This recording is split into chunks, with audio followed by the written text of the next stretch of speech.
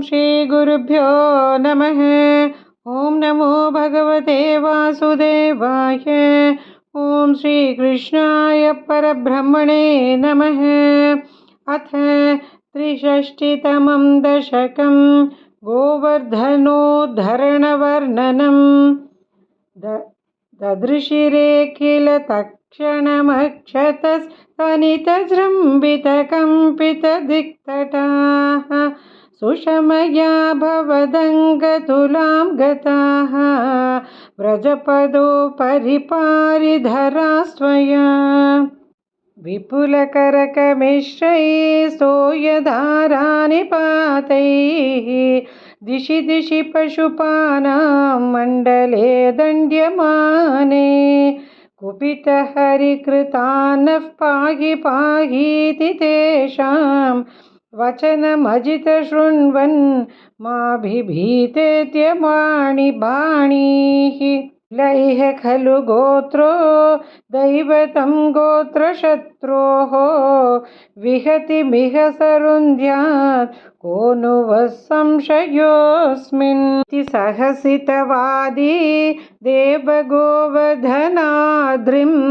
त्वरितमुदमुमूलो मूलतो बालदोर्भ्याम् तदनु गिरिवरस्य प्रोद्धृतस्यास्य तावत् शिखतिलमृदुदेशे दूरतो वारितापे परिकरपरिमिश्रान् धेनुकोपानधस्याद्धस्थात् उपनिदधता हस्तपद्मेन शैलम् भवति विधृतशैले बालिकाभिर्वयस्यैः अपि विहितविलासं केलिलापादिलोले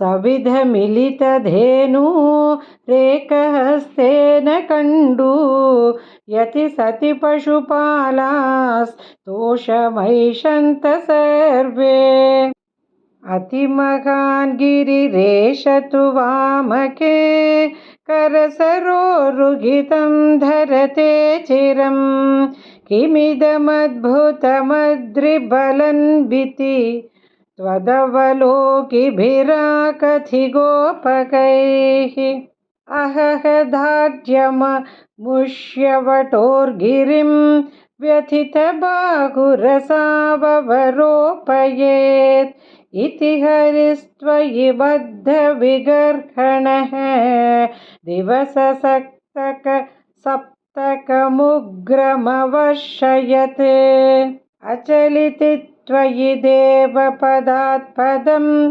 गलितसर्वजले च घनोत्करे अपहृते मरुतां पतिः त्वदभिशङ्कितधीसमुपाद्रवत् शममुपेयुषि वर्षभरे तदा पशुपधेनुकुले च विनिर्गते भुवि विभो समुपाहितभूधरः